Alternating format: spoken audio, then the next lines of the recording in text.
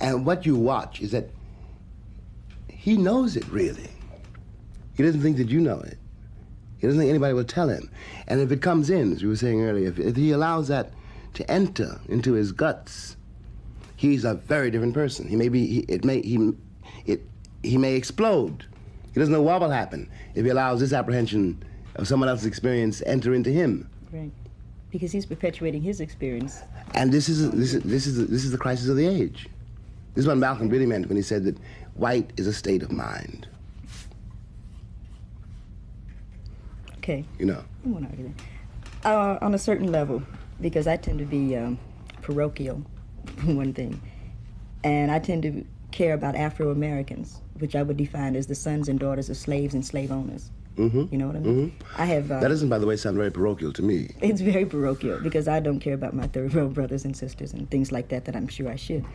But as we... You mean you're responsible for a certain situation? I just can't deal with it. Yes, I know. think that if everybody dealt with their own little situation, yes. if I deal with my block and you deal with your block, we'll have two good... And Malcolm said that too. Yeah. So when we deal with white as being like a state of... Well, Malcolm said everything, which I would grant. I mean, really? he encompassed.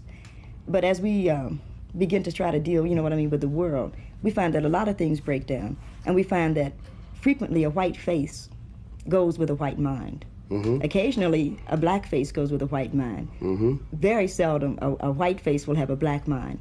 But we find the frequent situation is a white face has a white mind. Yeah, but you know what I mean? So for the few mistakes that you would make, it's unfortunate. No, I know. You know, I wouldn't. To me, it's unfortunate. I wouldn't argue that at all. Yeah. No, I wouldn't argue that at all. No, it doesn't make any difference to me. As I said once somewhere, you know, that a cop is a cop. Well, cops are white. And you know, and he may be a very nice man, but I haven't got the time to figure that out. You know, all I know is he's got a uniform and a gun. You know, and I have to relate to him that way. You know, really that's the only way to relate to him at all. Because one of us is, you know, one of us may have to die. One of us, you know, in New York, there's a big campaign going on to humanize the policeman, and they have billboards upstate, and they have a picture of a big cop bending over this little blonde girl. Mm-hmm. And the sign say, and some people call him Pig. Mm-hmm. And I wanted to buy a billboard. I told a friend of mine, I want to buy a billboard and show this big cop and this 14-year-old kid with 30 bullets in him and saying some people call him Peacemaker.